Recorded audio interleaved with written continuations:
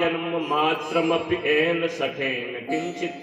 व्यासी महाराज कहते हैं वह तो सठ है। आगे कहा सठ कौन है? बोले विधाय सुख शास्त्र कथा नपीता। जो सुखदेव जी के द्वारा कही हुई जो यह कथा है, जो उसको पान नहीं करता है, जो नहीं पीता है, वह सठ बताया। और सठ बताते हुए और उपमा दी। बोले चांडाल वक्षखर वद्वत्तेन नीतम। वह कैसा है? वह व्यक्ति चांडाल है। और कैसा है? और उपमा किसकी दी? गधे की। खरवद्वत्तेन नीतम। वह तो गधे के समान है। अंत में व्यासी महाराज कहते हैं मिथ्या सुजन्म जननी जन दुख भाया। ऐसे पुरुष ने तो भगवत प्रेमियों अपनी मां को प्रसव पीड़ा का व्यर्थ में कष्ट दिया। ऐसे पुरुष को कोई जीने का अधिकार नहीं है। वह तो मर जाए तो अच्छा है। बता रहे मिथ्या सुजन्म जननी जन दुख भाया। ऐसे पुरुष को, ऐसे जीव को कोई जीने का अधिकार नहीं जो भगवान की कथा नहीं सुनता। क्यों? क्योंकि जिन्हें हरि कथा सुनी नहीं गाना श्रवण रंध्र अय भवन समाना। बाबा कहते हैं जो लोग कथा को नहीं सुनते हैं, अरे भैया उनके ये कान नहीं है, ये तो बामी के बिल हैं। जिन्होंने यह कथा नहीं सुनी। लेकिन भगवत प्रेमियों आगे बताते हैं कि जो भागवत महापुराण है उसमें वक्ता के लिए भी कुछ नियम हैं और श्रोता के लिए भी नियम है। दोनों के लिए नियम है। कहा कि जितासनो जितश्वासो जितसंगो जितेंद्रिय। बता रहे हैं जितासनो आसन पर विजय प्राप्त करनी चाहिए। जे नहीं कि पंडित जी तुम ही अकेले बैठे रहो एक आसन पे, हम तो जौलन को बैठेंगे, हम तो जौलन को। हाँ बैठा नहीं जाता है वो अलग बात है, लेकिन भगवत प्रेमियों ध्यान रहे श्रोता और वक्ता दोनों के लिए नियम है। एक आसन पर बैठ करके यानी आसन पर विजय प्राप्त करके कथा का लाभ लेना चाहिए। जितासनो जित श्वासो। श्वास पर भी विजय बताइए।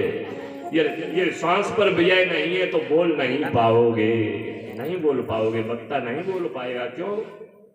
सांस की बीमारी है और जल्दी जल्दी बोल रहे हैं। सांस जल्दी जल्दी आ रही है, जल्दी जल्दी आ रही है तो आवाज कटेगी, नहीं बोल पाओगे। तो जितासनो जित श्वासो जित संगो। संग पर भी विजय प्राप्त होनी चाहिए। दोनों के लिए कहा। वक्ता यदि हम लोग साथ में बैठे हुए हैं, हमारे भैया जो बैठे हैं कुलदीप भैया, यदि ये लोग चर्चा करेंगे तो हमारा मन भटक जाएगा, हम कथा नहीं कह पाएंगे। ऐसे ही आप लोग जो कथा को सुन रहे हो, पड़ोसी जो बैठे हैं उनने कहा सुनती हो? बोले हाँ। बोले वहां ऐसा हुआ, उनके यहाँ ऐसा हुआ, तो कथा उतनी छूट जाएगी। इसलिए संग पर भी विजय प्राप्त करनी चाहिए। तो जितासनो जित श्वासो जित संगो जितेंद्रिय। इंद्रियों पर विजय। अब न्याय के रसगुल्ला मांगो कुत्तों का धरे। गोवर्धन नाथ की तलेठी में आए, इंद्रियों पर विजय प्राप्त करनी चाहिए। प्रभु जैसा मिलेगा, आपकी कृपा जैसी होगी, जो हमें मिलेगा उसे हम ग्रहण करेंगे और हम कथा सुनेंगे। और रोज छेना मांगो जिकाओ हमें बैठे हुए को सोफा चाहिए, तो भैया कथा फिर कहाँ रखी है? नहीं रखी है। तो बता रहे हैं भगवत प्रेमी जित संगो जितेंद्रिय। इंद्रियों पर भी विजय प्राप्त करनी चाहिए। अंत में का स्थूले भगवते रूपे। जब हम और आप बैठे तो भगवान का स्वरूप सम्मुख होना चाहिए, भगवान की झांकी सम्मुख हो और कथा सुन रहे हैं तो उस कथा की भगवत प्रेमियों कुछ बात ही अलग होती है। आगे कहा मनः संधारे दिया, मतलब भगवान के स्वरूप का चिंतन करते रहें और प्रभु की कथा सुनते रहें। और भगवत प्रेमियों यहाँ वक्ता के लिए भी एक श्लोक लिखा कि विरक्तो वैष्णवो विप्रो वेद शास्त्र विशुद्ध कथा।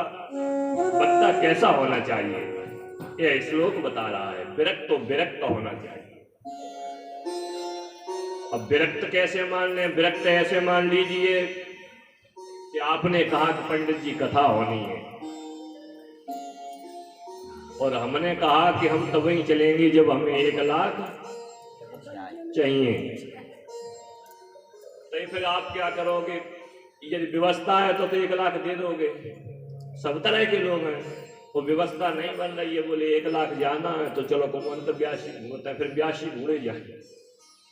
फिर दूसरे खोजे जाएंगे, पंडित जी आप कथा कह दो, आप सुनाए दो। बोले हाँ कह देंगे, 70-80 हजार रुपया तो लगेंगे ही लगेंगे। लेकिन भगवत प्रेमियों श्लोक बता रहा है वक्ता विरक्त होना चाहिए, जो मिल जाए उसे स्वीकार करना चाहिए भगवान का प्रसाद समझ करके।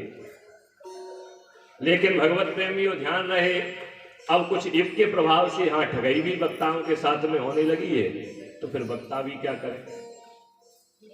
ऐसी ऐसी घटनाएं हो जाती हैं कि ले जाते हैं, फिर बाद में पंडित जी राम राम जी रखेंगे, ले तो ले लो, नहीं अपने घर को जाओ, हमारी कथा है। तो ऐसी भी घटनाएं घटित हो जाती हैं, तो वक्ता भी क्या करें। लेकिन वक्ता कैसा होना चाहिए यह बता रहे हैं, बोले विरक्त होना चाहिए, वैष्णवो भगवान की पूजा करने वाला होना चाहिए, विप्रो विप्र होना चाहिए। आजकल कई वक्ता हो रहे हैं, कई जातियों से वक्ता निकल रहे हैं, लेकिन इसमें लिखा है वक्ता विप्र होना चाहिए। अब विप्र कौन होता है, इसे श्रवण करने के लिए एक पद्म पुराण का श्लोक लेते हुए चलते हैं कि जन्मना ब्राह्मणा यज्ञेह संस्काराद द्विजोच्येते।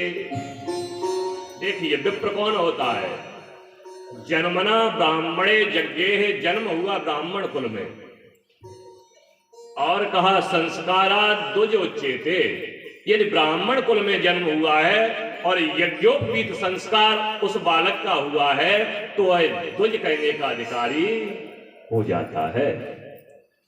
अब जन्म ब्राह्मण कुल में लिया है, यज्ञोपवीत नहीं हुआ है, तो ग्रंथ में नहीं माना कि ये द्विज है।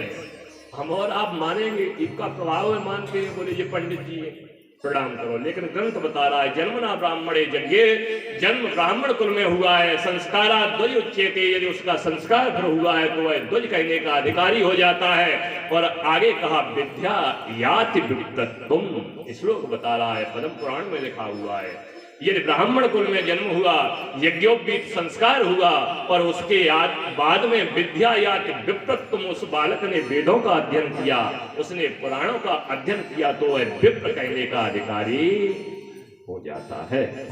तो ध्यान रहे वक्ता कौन होना चाहिए, बोले ब्राह्मण कुल में जन्म, देखना चाहिए कहीं शिक्षा दीक्षा ली या नहीं ली, दीक्षा हुई या नहीं हुई।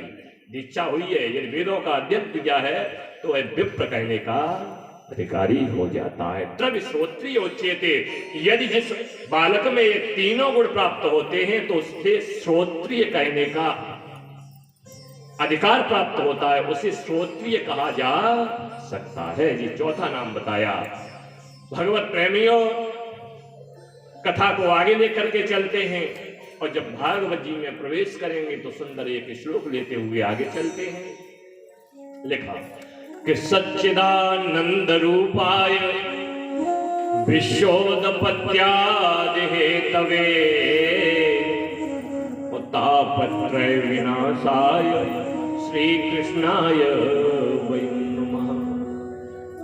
देखिए श्लोक मैंने बोल दिया, बहुत छोटा है, लेकिन ब्रज के संतों ने कहा है और कहा करते हैं, मैंने सुना है कि संस्कृति भाषा नारियल फोड़त में कठिनाई, गरी फोर तुलसी धरी सुजियावे शोभाए। संस्कृत भाषा कैसी है, ब्रज के संत कहते हैं वो नारियल के समान है।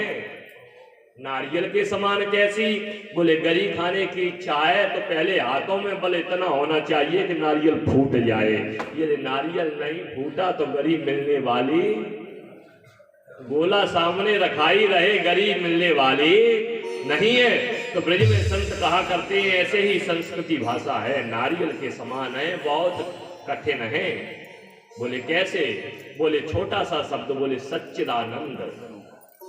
जब इसको अलग अलग करते हैं तो 3 शब्द निकलते हैं, सत्य चित और आनंद। 3 शब्दों को मिलकर के बना सच्चिदानंद, सत्य चित और आनंद।